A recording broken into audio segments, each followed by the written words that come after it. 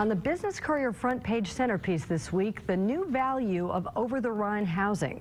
Some of our area's priciest homes per square foot are not in the region's most upscale city neighborhoods or freshly built suburbs far from downtown.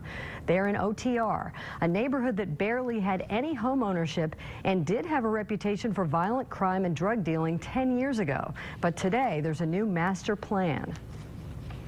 Of the 44 OTR condos listed for sale in April, 8 were priced above $300 per square foot. In the past 6 months, 3 have sold for more than that, including a 965 square foot condo near Music Hall that sold for $321,000. The sky-high prices and the intense buyer demand that created them have city leaders and the nonprofit Cincinnati Center City Develop Corporation, or 3CDC, euphoric at the progress that's been made in a place once left for dead. That 3CDC has succeeded in spectacular fashion is beyond question, but the prices also have real estate agents, developers, and residents wondering whether the neighborhood is being rebuilt quickly enough for Cincinnati to ride a wave of people wanting to return to live in the urban core. This year, 3CDC projects it will put 93 condos and 67 apartments on the market. Well, this story has so many parts and is so important to our region that the Business Courier put 2 reporters on it. Reporters Chris Wederick, and Tom Demaropoulos joined Business Watch producer Kelly Leon in the studio with more. Thanks, Peg. Thanks, Chris and Tom, for being here. Full disclosure, I used to work for 3CDC, so, I'm a big believer in what they do and how they do it. And I was very interested to see that the Business Courier put 2 reporters on this story. Tell me about the thinking behind why you all thought this was a big, important story.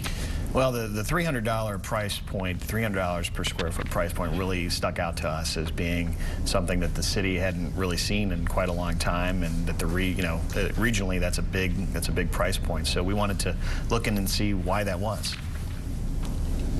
And what did you find out? It just shows how much demand there is for for people wanting to live in this part of town. It's just been incredible the way rates have increased in Over-the-Rhine in the past couple of years. The other point you make in the article is keeping up with that demand. What did you find there?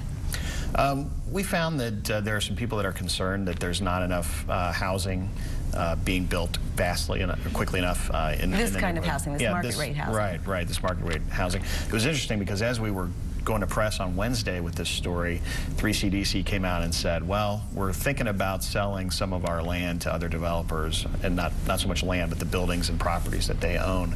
So that was really interesting that they were thinking about that as we were writing, and they ended up deciding maybe they were going to go ahead with that.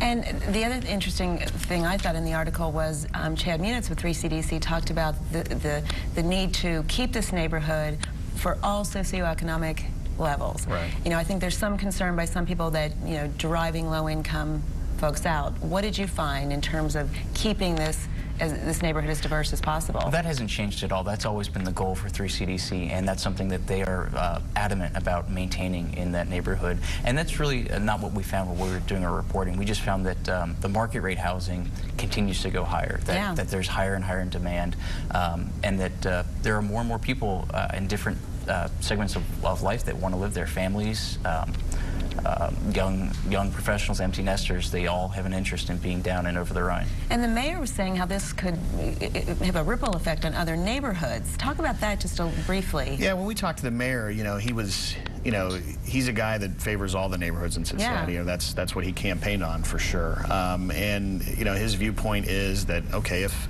some people end up being priced out of Over-the-Rhine, that's good for Mount Auburn. That's good for CUF. Those are neighborhoods that surround Price Hill. I think you mentioned. Yeah. Right. Yeah. That's good. And that'll have a ripple effect. People will still be able to live near all of this fun stuff in Over-the-Rhine, but it'll help other neighborhoods that might be struggling. Yeah.